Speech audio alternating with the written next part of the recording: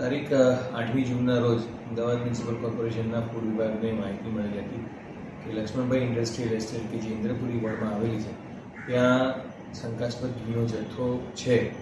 આ બાતમીને આધારે તારીખ 8મીના રોજ સાંજે અમદાવાદ મ્યુનિસિપલ કોર્પોરેશનના ફૂડ વિભાગ દ્વારા ત્યાં રેડ કરવામાં આવી અને તેમાં ખૂબ મોટા પ્રમાણમાં શંકાસ્પદ ઘીનો જથ્થો કે જે વિધમ ઘી અને વચનામૃત ઘીના નામે વેચાણ કરવામાં આવતો તે મળી આવેલો હતો.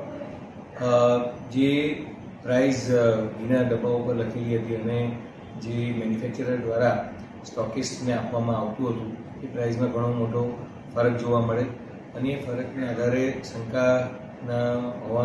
શંકાસ્પદ ઘી હોવાનું પૂરેપૂરું લાગેલ. તેથી FSI એક્ટ અંતર્ગત બંને બ્રાન્ડના નમૂના લેવામાં આવેલા છે અને ત્યારબાદ એને લેબોરેટરી ખાતે પરીક્ષણમાં મોકલવામાં આવેલા છે. લગભગ 3250 કિલોનો જથ્થો ઇન્ડસ્ટ્રીયલ એસ્ટેટ ઇન્દ્રપુરી ખાતેથી મળી આવેલો. વધુ તપાસ કરતાં જાણવા મળેલ છે કે આ પ્રોડક્ટના ડિસ્ટ્રીબ્યુટર અમદાવાદમાં બે અલગ અલગ જગ્યાએ, એક વટવામાં અને એક શાહપુર ખાતે આવેલા હતા. તો તે સમયે ત્યારબાદ તેમાં રેડ કરવામાં આવી અને આ બંને સ્થળોએથી પણ ડિસ્ટ્રીબ્યુટરને પણ લગભગ 1600 કિલો જેટલો ઘીનો જથ્થો જપ્ત કરવામાં આવેલ છે અને સીઝ કરવામાં આવેલ છે. હાલમાં બધો જ જથ્થાનું વેચાણ માટે સ્થગિત કરવામાં આવે છે. લેબોરેટરીનું રિઝલ્ટ આવ્યા બાદ FSI એક્ટ અંતર્ગત તેની વિરુદ્ધમાં કાર્યવાહી કરવામાં આવશે.